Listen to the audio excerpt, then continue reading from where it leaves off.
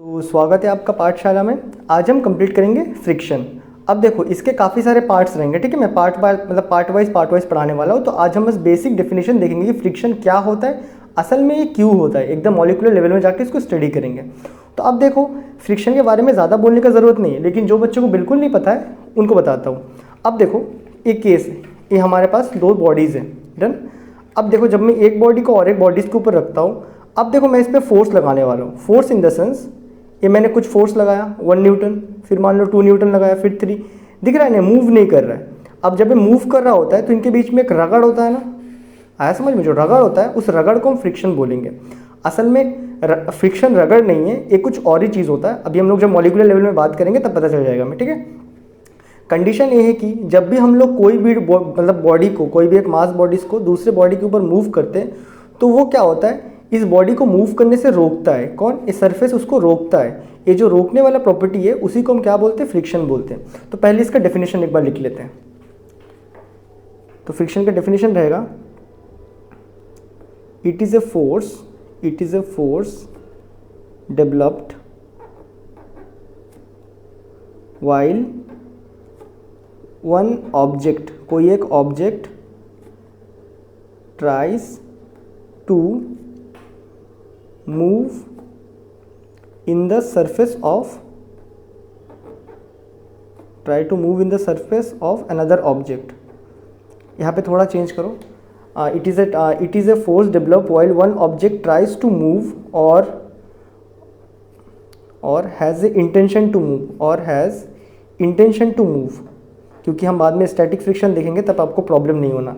It is a force develop while one object tries to move or has intention to move on the surface of another object, then a opposing force develops that tries to stop the motion is called friction। Done. तो इसका proper definition क्या हो जाएगा, आप एक बार अपने note में correction कर लेना। It is a force develop while one object tries to move और has a intention to move. Done. यहाँ पे एड ऑन है, ठीक है। यहाँ पे एक एड ऑन है क्योंकि बाद में स्टैटिक फ्रिक्शन में आपको प्रॉब्लम होगा, इसलिए मैंने इसको यहाँ पे थोड़ा सा चेंज किया। It is a force develop while one object tries to move और has a intention to move, या फिर वो मूव करना चाहता है, in the surface of another object, then a opposing force develops that tries to stop the motion is called friction. Idea मिला? फिर से एक बार बता दो इसका डेफिनेशन क्या लिखेंगे हम। It is a force develop while one object tries to move in the surface of another object, और एक फिर से भूल गया है बोलना, ठीक है। तो इसको अपने हिसाब से ठीक कर लेना। It is a force develop while one object tries to move और has a intention to move in the surface of another object, then a opposing force develops that tries to stop the motion called friction. आया समझ में? क्योंकि अगर कोई भी चीज़ के motion को चेंज करना है तो हमें एक फोर्स चाहिए, तो फ्रिक्शन भी क्या होता है, एक फोर्स होता है। डन। तो यहाँ पे एक चीज़ लिख लोगे, फ्रिक्शन क्या होता है, फ्रिक्शन इज ए फोर्स, ये क्या होता है, एक तरह का फोर्स होता है। अब ज़रा समझते हैं इसको, यही चीज़ को दोबारा बनाते हैं। जो सेटअप था हमारा इसी को हम दोबारा बनाते हैं, लेकिन आपको कैसा व्यू मिलेगा, आपको ऐसा व्यू आपको देखने मिलेगा। डन। मैं पेपर में बनाऊंगा तो आपको ऐसा व्यू देखने मिलेगा। तो नीचे आपको एक बॉडी दिखेगा, ऊपर आपको एक और बॉडी दिखने वाला है। डन। इसी को बनाते हैं इसी व्यू में। तो ए है, नीचे का वो जो कैंडल था, कैंडल हमारा, और उसके ऊपर मैंने क्या रखा था, एक मैच बॉक्स। ए हमारा मैच बॉक्स है। डन। आप अगर साइड से व्यू लोगे तो आपको देखने ऐसे ही मिलेगा। अभी मैं इसको क्या कर रहा था, मैं इसको कभी इस तरफ मूव कर रहा था, जब मैं इसको इस तरफ या फिर यहाँ धक्का दे रहा हूँ या यहाँ मूव कर रहा हूँ, बात सेम है। तो जब मैं इसको यहाँ धक्का दे रहा था एक सर्टेन फोर्स तक, क्या बोलते हैं, एक रिटार्डिंग फोर्स आ रहा था ना पीछे की तरफ, उसी को हम क्या बोलेंगे, फ्रिक्शन बोलेंगे। तो जब मैं इसका डायग्राम बनाऊँगा तो मैं यहाँ इस तरफ फोर्स लगवा रहा था, इसको इस तरफ धकेल रहा था, तो इसके पीछे क्या हो रहा था, एक बैकवर्ड फोर्स लग रहा था जो इसको स्टॉप कर रहा था, इसको हमेशा रोकना चाहता है क्या, पीछे की तरफ लगेगा। तो यही क्या था हमारा, यही था हमारा फ्रिक्शन फोर्स। आया समझ में? यही क्या था हमारा फ्रिक्शन फोर्स। वो हमेशा पीछे की तरफ लगता है, बैकवर्ड में मोशन को रोकना चाहता है। एफ क्या है मेरा, अप्लाइड फोर्स है। अप्लाइड फोर्स के पीछे लगता है हमेशा तुम्हारा फ्रिक्शन फोर्स। ये बात आया समझ में। और इसको जब हम लोग मतलब कुछ आगे जब चैप्टर में बनाएंगे, कुछ आगे के लेक्चर में बनाएंगे, तो मैं इसको ऐसे बना दूंगा, क्योंकि आप सबने वेक्टर पढ़ के रखा है। अगर मैं यहाँ पे फोर्स लगवा रहा हूँ अप्लाइड, तो ये जो फ्रिक्शन होता है ना, इसी को मैं डिक्टो, देखो यहाँ पे ऐसा लगा, इसको मैं इस तरह शिफ्ट कर सकता हूँ। तो यहाँ पे शिफ्ट कर लूँगा तो फ्रिक्शन यही से लेके मैं इस तरह बना दूंगा कि पीछे की तरफ लगने वाला है फ्रिक्शन फोर्स। फ्रिक्शन फोर्स को एफ से लिखेंगे, स्मॉल एफ से। यहाँ तक हमें बात समझ आया। और एक चीज़, फ्रिक्शन इज ए फोर्स, ये तो हो गया। और एक चीज़, ये जो फ्रिक्शन फोर्स होता है ना, वो हमेशा सरफेस पे लगता है। इस चीज़ पे ध्यान देना, friction force always acts on the surface. तो friction force always acts on the surface. ये हमेशा कहाँ पे लगता है, सरफेस पे लगता है। और इसका यूनिट क्या होता है, यूनिट जैसे कि सिंपल फोर्स का न्यूटन होता है, तो फ्रिक्शन फोर्स का भी यूनिट फोर्स है तो न्यूटन ही रहेगा। अब इसको ज़रा मॉलिकुलर लेवल में स्टडी करते हैं, जो मैं करवाने के लिए बहुत ही इंटरेस्टेड था। अभी देखो इसमें असल में होता क्या है ना, देखो अभी तुम लोगों को नहीं पता, लेकिन तुम लोग जब क्लास 12 में जाओगे, जब तुम्हारे क्लास 12 का फर्स्ट चैप्टर पढ़ोगे, तो वहाँ पे पढ़ोगे कि जब भी हम लोग कोई बॉडी को आपस में रब करते हैं ना, तो उसमें से चार्जेस क्या होते हैं, ट्रांसफ़र होते हैं। तो मतलब जब भी तुम कोई दो बॉडीज़ को रब करोगे, तो इसमें से एक बॉडी पॉजिटिवली चार्ज बनेगा और एक बॉडी नेगेटिवली चार्ज बन जाता है। अब ये तो पता है ना, ऑपोजिट चार्जेस अट्रैक्ट, ये तो अपने केमिस्ट्री में पढ़ के रखा है। सोडियम प्लस क्लोरीन नेगेटिव, ये क्या होता है, आपस में एक बॉन्ड बना लेता है, आयनिक बॉन्ड, और वो काफ़ी स्ट्रॉन्ग बॉन्ड होता है, आपने पढ़ा है ना। मतलब नेगेटिव पॉजिटिव चार्ज क्या कर सकता है, एक अट्रैक्शन क्रिएट कर सकता है। अब होता क्या है, ज़रा समझना इसको मॉलिकुलर लेवल में। मैंने ऊपर में इस मैच बॉक्स को ले लिया, ये हमारा मैच बॉक्स है, मैं बस समझाने के लिए बता रहा हूँ। और नीचे में क्या है हमारे पास, ये है हमारा ओवर अपना कैंडल वाला बॉक्स, ये दोनों एकदम कॉन्टैक्ट में। डन।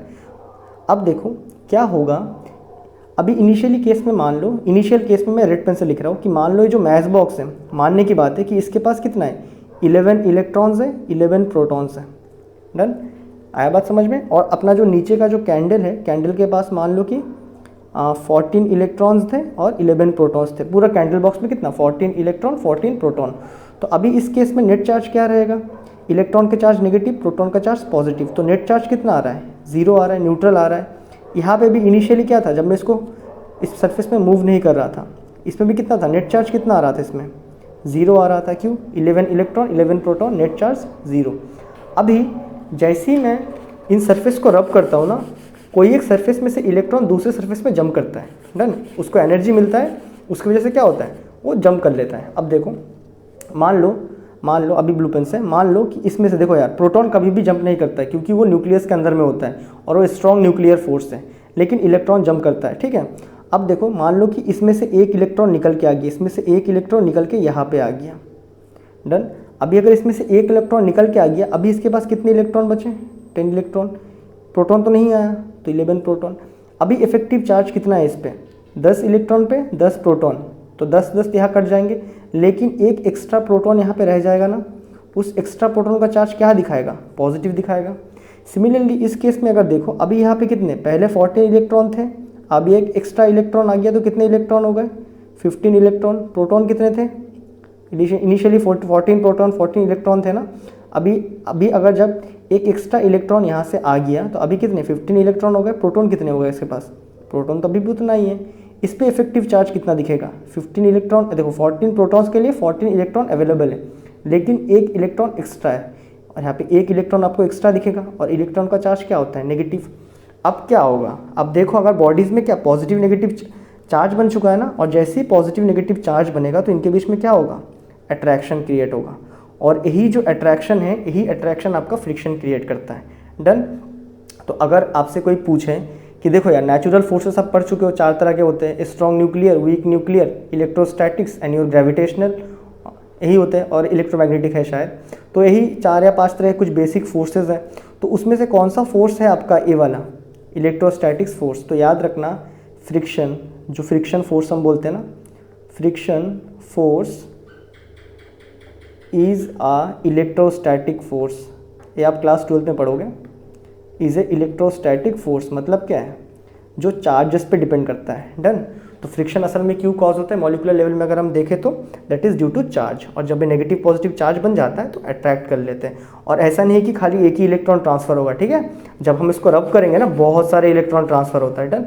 तो इसी वजह से उस अट्रैक्शन की वजह से क्या होता है, यहाँ पे ये फ्रिक्शन क्रिएट होता है। तो फ्रिक्शन क्या होता है, एक तरह का इलेक्ट्रोस्टैटिक फोर्स है, अगर हम नेचुरल मतलब अगर फंडामेंटल फोर्सेस के टर्म पे बताना चाहें तो।